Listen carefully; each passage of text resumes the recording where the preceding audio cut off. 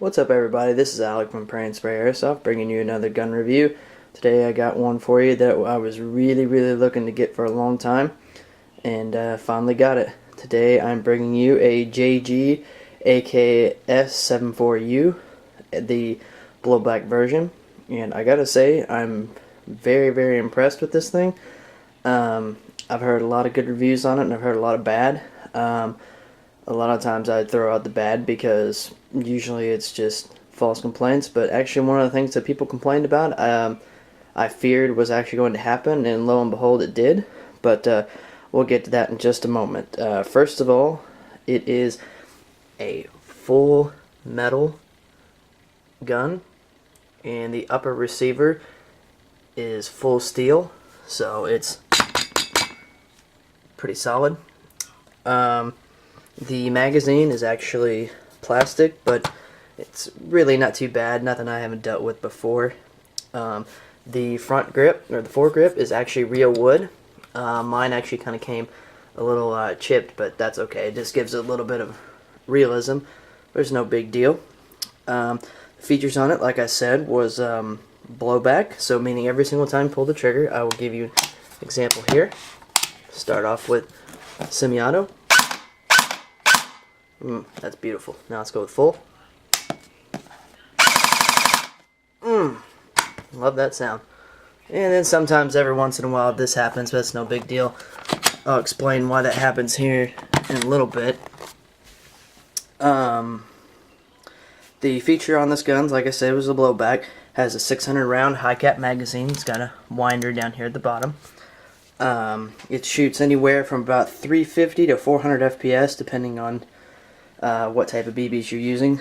It has a version 3 gearbox, which means that it is actually, highly upgradable, as everyone knows. The suppressor on the front is a Spartan Doctrine 245mm suppressor. Now, to get the suppressor on, you will not believe actually the trouble that I had to go to try to get it on there. I could not do it.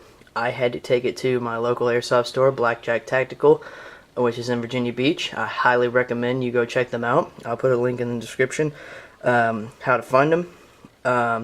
The plastic flash hider that comes on these guns is, I don't know why they do it, but they put like a bunch of glue on there, a lot of screws. The only way that the guy got it off was through a blowtorch, a hammer, and some drilling, all to get the suppressor on there. So I had no problem paying $15 for them to go through all that trouble. Yeah, I know, it's a good deal.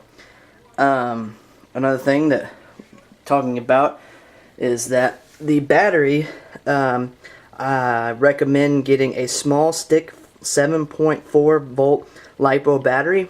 Why?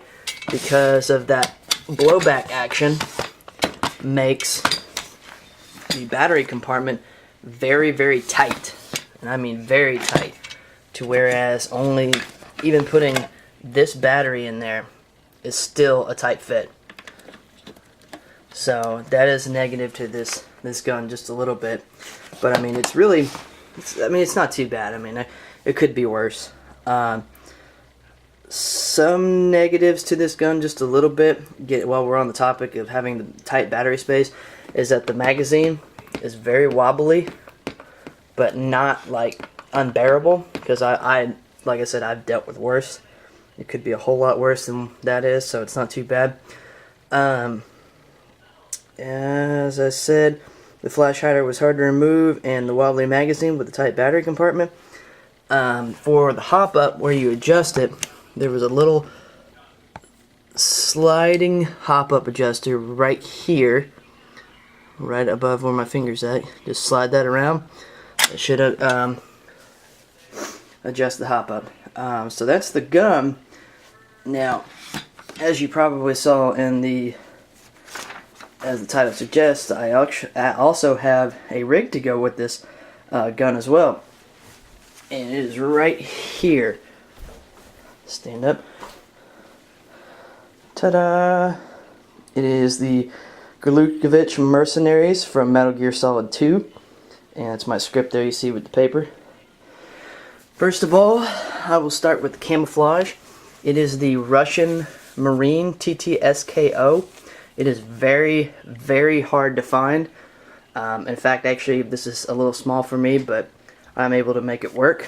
I've been trying for several years to try and find the camouflage, and I finally, just a couple months ago, actually snagged it up for, I think, about $70.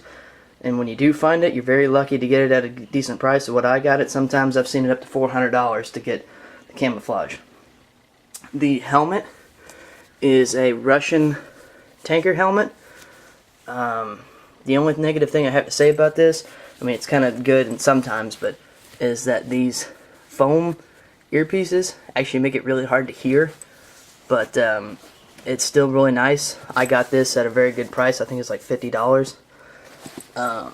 From somebody here in the States, actually. The 2 eye-hole balaclava, I got that for like $2. And then I got like your standard black gloves.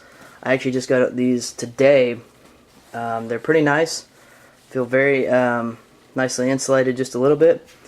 And then we just got, you know, standard Russian jackboots. And then the final piece that I'm really proud of is the black RD-54 backpack. Now, I know these are really rare to find. This is not an actual regular black RD-54 backpack. I actually had to take a floral version and I had to paint it. And I really think it actually turned out really well. For the lack of experience I have in painting gear and everything like that, I really think this turned out really, really good. The only thing that I do not have so far for this gear is the actual belt. I'm just using a normal belt, not a Russian belt right now, but it works fine for the time being. So, alright guys, I hope you enjoyed this video. Like, comment, subscribe. Thank you for watching.